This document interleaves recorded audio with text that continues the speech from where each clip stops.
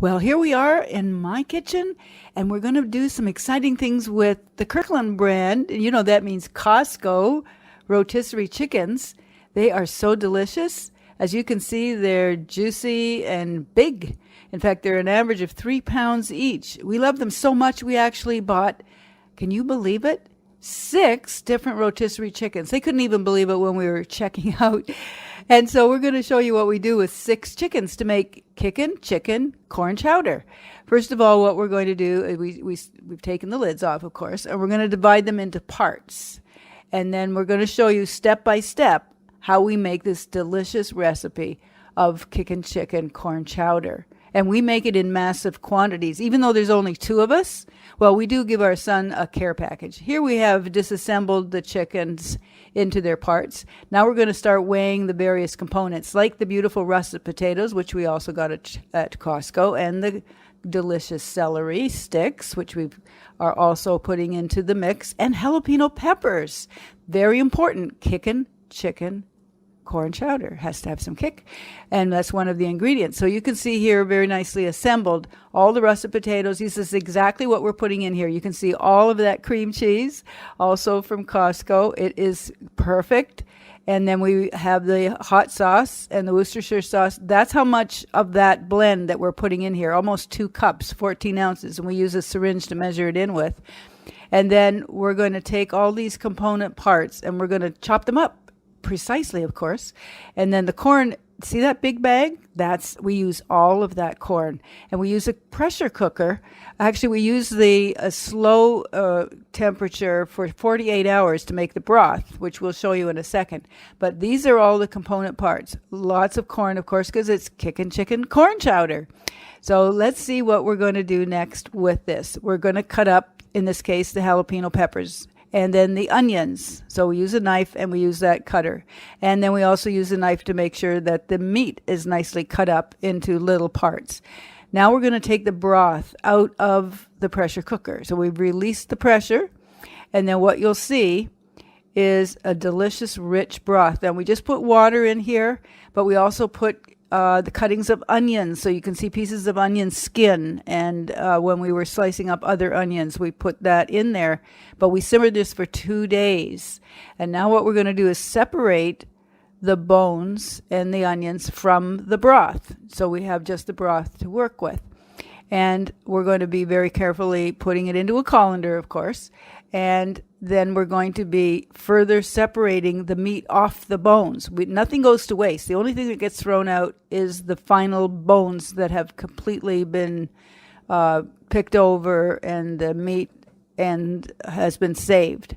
So what you'll see in a moment is what we've done with the broth. See, in those containers, you'll see the brown liquid. That's the broth from what we just did. And you'll also see all the vegetables have been chopped and diced so perfectly. So there's the celery in front, and there's the onion behind. There's the meat behind that from the rotisserie chicken. There's the potatoes, all cut perfectly. The corn has yet to be joined in. There's the hot sauce. There's the jalapeno peppers, some salt, the broth. There's all that cream cheese, of course. And in the background there, you'll see 2 containers of the meat that we took off the bones. We got quite a bit off that. And if you had just thrown the bones out, you would have missed all that. And here's the cream cheese. Now what we're going to do is take that warm broth, put it back into the pressure cooker, and we're going to blend it with the cream cheese to make the liquid part of this. And so here you see us putting the broth in. And you see the color of the broth before we put the cheese in. And then you'll see the color of the broth with the cheese in it. And you'll see it bubbling right now because we've got it on low heat, but we're blending it with a stick blender, gradually blending in that cream cheese. So it is perfectly blended.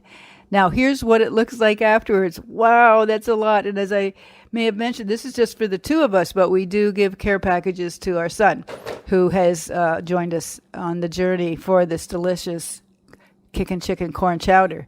But now we have to ladle it into these containers, because what we're doing, we bulk bought, and then we're going to portion pack, and then we're going to freeze it and refrigerate it in our fantastic freezer and fantastic refrigerator.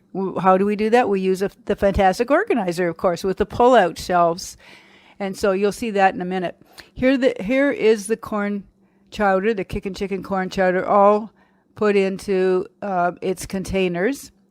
Some of these will go into our freezer, some will go into our refrigerator, some will go as a care package to our son, of course. And then we don't cook this. Other than we blended the cream cheese into the broth, we did not cook any of the vegetables. So the only time they get cooked is when it's time to serve them. You'll see that at the end when we microwave them. Or you could put it in a pot if you wanted to.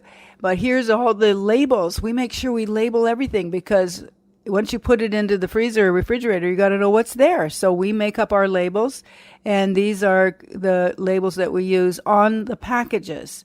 We also have different labels that we put on the shelf. So the front of the shelves have a label holder, and that's where we put the labels. And then, of course, we put the product on the shelves according to that. And see, this is the inside of our freezer. We've actually pulled out one of the shelves, so you can see that we have a lot of food in there, all of which we bought and bulk purchased and prepared and then portion packed. So here's the Kickin chicken chowder in the freezer. And also we have ribs there and all kinds of other goodies. But as you can see, when they're frozen, it's good to be able to know what's in that package because you can never really tell what's in a package when it's frozen. It doesn't look the same. So we have different colored labels, as you can see, yellow for fruit, red generally for meat, blue for seafood. And then we put Kickin corn chowder in various places because we have so much of it. But it doesn't last long because we eat a lot of it. And then you can see we've got green for veggies, and some pink colored for some processed meats and all kinds of things. So we keep on these shelves are part of our fantastic organizer in our freezer. We've got a 20-foot Frigidaire freezer, but this would fit any freezer, any size freezer. This unit is modular. So you can see the sliding shelves and the side panels that hold the rails that the shelves slide on. So we have lots of room, and we make sure that the product is easily found when we go to look for it. We don't leave it open too long. Now, this is how we actually prepare when we're ready to eat it. We take the lid off and we spoon it into, see that? It's cold, but it's got good consistency to it. And then I'm just using porcelain dishes to heat it up in the microwave. And then you'll see what it looks like when we take it out of the microwave. So you can see all those chunks in there, the corn, the potato, the onion, the celery, the jalapeno peppers. And of course, the liquid is that cream cheese and as well the broth, which is so rich. It's so full of nutrition that this is a meal in itself, just this soup, as you can see. So we're very carefully ladling it all out. And then what we'll do is we'll put it in the microwave to heat it up. I generally do it for 2 minutes, sometimes 3. Put a little lid on it to do that. Put it in the microwave, of course. And then just set it for the 2 minutes. And off it goes. Then when it's done, we pull it out. Now it's very hot, so what I do is I take the whole tray out, and then we can serve it up when we're ready to eat it. And as you can see, it is very creamy now, much creamier consistency than it was when we first ladled it in. So when it gets hot, it makes it really beautifully creamy. So just delicious. So that was the exact right combination of all the parts. So we invite you to try your own Kickin chicken corn chowder. You're going to love it. And where can you find this information, how to do it? FantasticFreezer.com, where you can get your organizer for your fridge and your freezer, any upright fridge or freezer. Come and see us at FantasticFreezer.com. The butterfly means freedom.